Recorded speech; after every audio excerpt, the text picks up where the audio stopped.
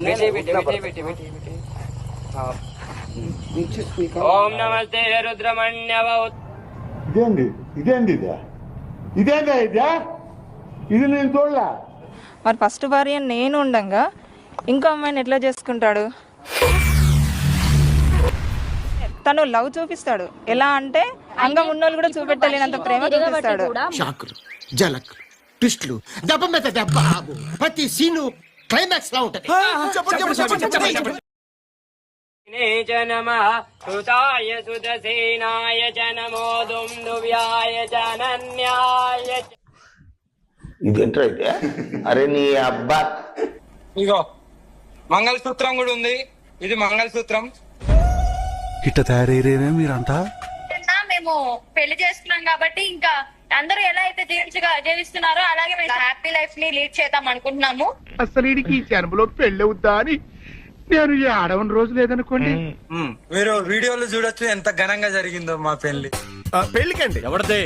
అన్నదే. పెళ్ళ ఈడికి కూడా పిల్లనిస్తారా? ఎక్కడ కూడా ఏ బలవంతం జరగలేదు కదా. అయ్యో ఎలాంటి బలవంతం లేదు. దీనికేం పోయేకాలం వచ్చింది? మీరు వీడియోలు చూడొచ్చు ఎంత ఘనంగా జరిగిందో మా పెళ్లి. ఎక్స్పెక్ట్ చేయలేదు మా గురువు గారు ఇలా ప్లాన్ చేసి చేస్తారని. అన్నా మేమిద్దరం ప్రేమించుకున్నాం అన్నా, కానీ ఆ వీరవంకర్ రెడ్డి. భయపడకండి, మీ పెళ్లి నేను చేస్తాను. చాలా బాగా జరిగింది. మా గురువు గారు అయితే అసలు మేము ఎక్స్పెక్ట్ చేయలేదు మా గురువు గారు ఇలా ప్లాన్ చేసి చేస్తారని. ఆహా, ఏం కులుగుతున్నావురా?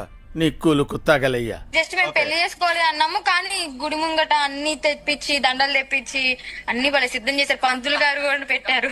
త్వరగా రావాలి, పెళ్లి ముహూర్తం పెట్టాలంట. ఎవరికి? వీడికా పెళ్లి?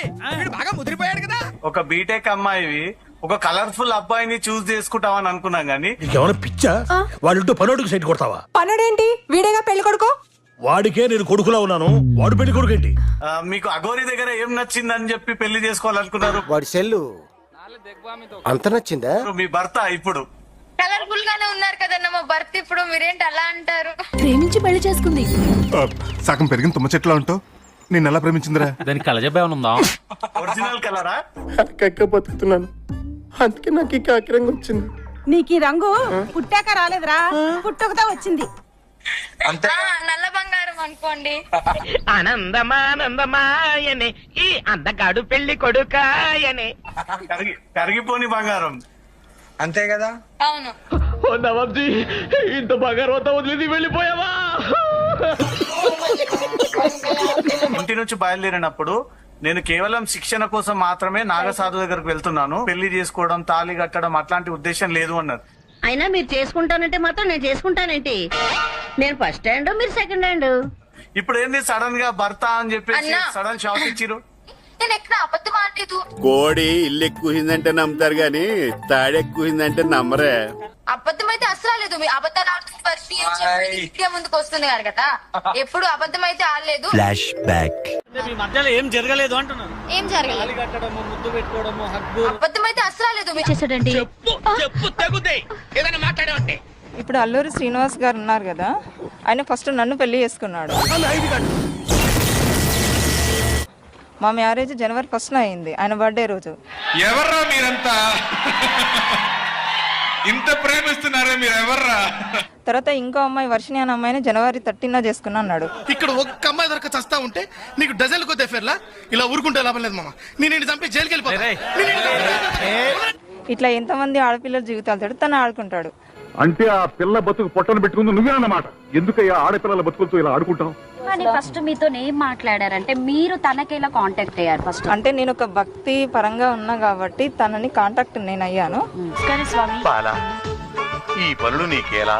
నీ తలరాతను నేను మారుస్తాను, ఏది నీ చెయ్యి. అయిన తర్వాత మా మధ్యన మంచి క్లోజ్నెస్ పెరిగింది ఫస్ట్. ఆ తర్వాత అది కాస్త పెళ్లి దాకా వచ్చేసింది. అయినా ఏముంది వాళ్ళు? నేను చూడలేకపోతున్నానా? మీకెవరికి కళ్ళు కనపట్టలేదా? మార్చి ఎండింగ్ లో ఏంటంటే ఆ అమ్మాయిని నేను పెళ్లి చేసుకుంటాను, ఇంకెప్పుడు నువ్వు మళ్ళీ నా లైఫ్ లోకి రాకని చెప్పేసి అంటే మీరు తను నన్ను బ్లాక్ లో పెట్టేశాడు. మనం తప్పనిసరిగా ఊరెళ్ళాలనుకుంటే 2 రైళ్లలో రిజర్వేషన్ చేసుకుంటాం. ఏ రైల్లో కన్ఫర్మ్ అయితే ఆ రైల్లో వెళ్తాం. అంతేనంటావా? అంతే కదా. ఇది అంతేరా.